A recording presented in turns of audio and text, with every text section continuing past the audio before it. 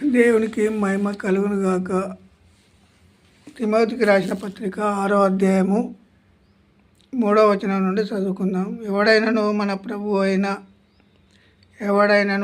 ప్రభువు అయిన యేసుక్రీస్తు యొక్క హిత వాక్యములను దైవభక్తికి అనుగుణ్యమైన బోధను అంగీకరింపక భిన్నమైన బోధను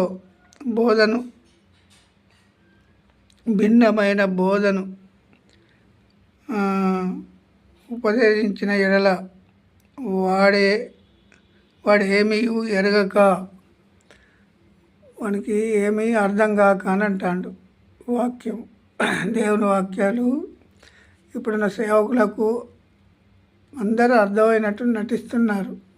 ఎవరికి అర్థం కాలేదు.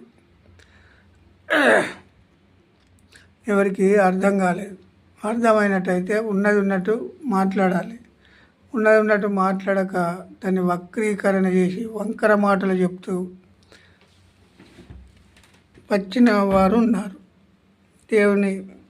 ఎవడైనను మన ప్రభువు అయిన యేసుక్రీస్తు యొక్క హిత వాక్యములను దైవభక్తికి అనుగుణ్యమైన బోధను అంగీకరింపక, మంచి బోధను అంగీకరింపక కొంతమంది తొలగిపోయే వాళ్ళు ఉన్నారు. అంగీకరింపక భిన్నమైన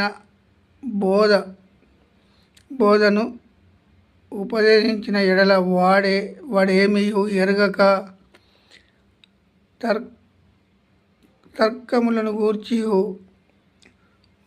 వాగ్వివాదములను గూర్చి వ్యర్థముగా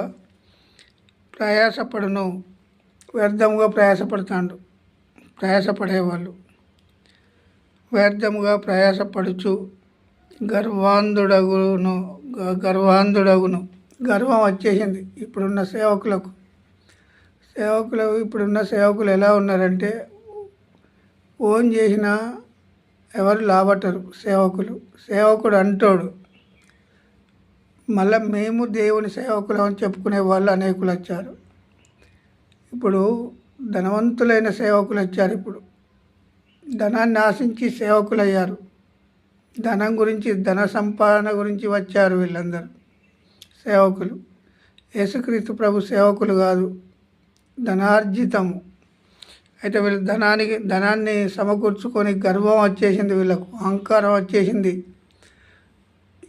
ఇప్పుడు ఒక మామూలు విశ్వాసి కనుక ఫోన్ చేస్తే లాబట్టడు పెద్ద సేవకుడు. ఎందుకంటే